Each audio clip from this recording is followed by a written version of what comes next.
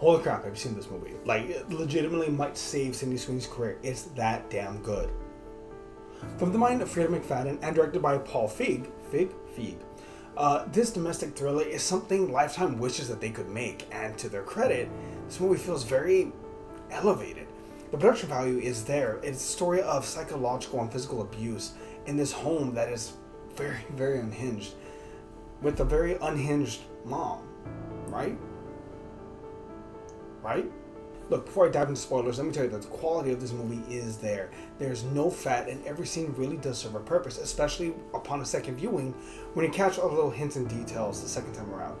But also, this movie got me in some unexpected ways, but very much...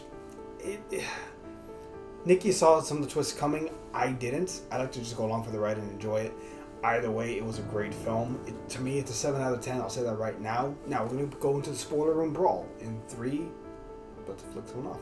3, 2, 1, go. Right.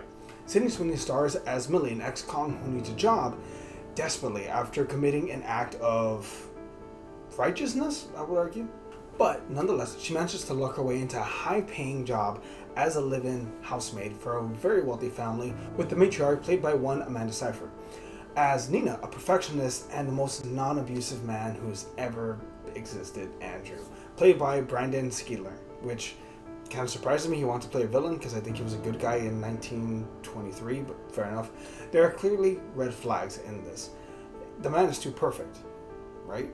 Now, let's start with the twists and turns and the reveals.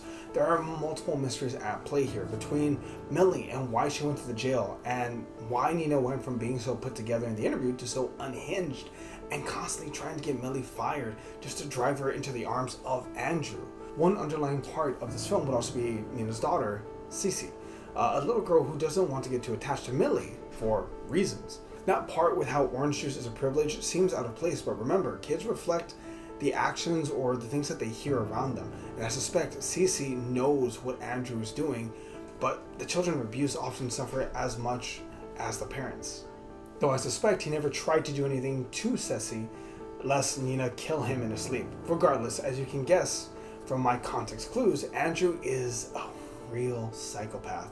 It is a real psychopath in this film, while Nina uses Millie to try and get out of the house. She rightfully assumes that Millie is capable in her own right, that she can take care of herself. And I mean, to be fair, Millie is probably the most capable heroine that we've seen in quite some time. But nonetheless, Cece, not guilt, but kind of directs Nina to go help Millie and save her. Bear in mind, Nina isn't wrong in her idea of just wanting to run. It's hard to blame her when she's been the victim of abuse so long. Abuse that's psychological, emotional, physical, and even social abuse, which is something that I don't really think we talk about. Nina is a character most of us would fight to help. And while her plan works, it's not the end. On one side, we have Millie fighting back against Andrew, locking him in a room and forcing him to pull out his own tooth. An extremely satisfying moment. It's really nice to watch. On the other side, we have Ceci, who sums up part of this film's message very well.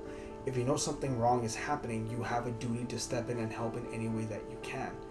And I don't think people reflect on that enough. Being rich doesn't exclude you from the pattern of abuse. It's an old trick, controlling the finances and isolating someone from the little or no family that they have. And that's what Andrew did. He has money and connections, and he drugs Nina and makes it look like she was crazy so that he could take control of her, and if she rebels, she goes back to the asylum, and she wouldn't be allowed to see her daughter. She's the victim in this too. When Nina gets back, she doesn't realize that Millie managed to turn the tables on Andrew, so she accidentally lets him out, and thus it's Andrew versus both Millie and Nina, and frankly, they outsmart him. Watching him fall from the stairs and break everything is really great, but also there's one last piece of foreshadowing. See, earlier in the film, we're told that Andrew had a fiancée, but she broke it off, but we're never told what happened. Right? Turns out her sister, the fiance from earlier in the film that was mentioned, is a cop who asks why Andrew has such a deep laceration on his throat if he fell down the stairs. But she insists that it's an accident because we come to find out that her sister was the fiance from before and that she was never the same after she left Andrew. Women having each other's back. Essentially, she insinuates that this abuser got what he deserved. Women sticking together is an outstanding theme to have, and I'm here for it. It's a fantastic film with many great twists. I highly recommend it. Go watch it today.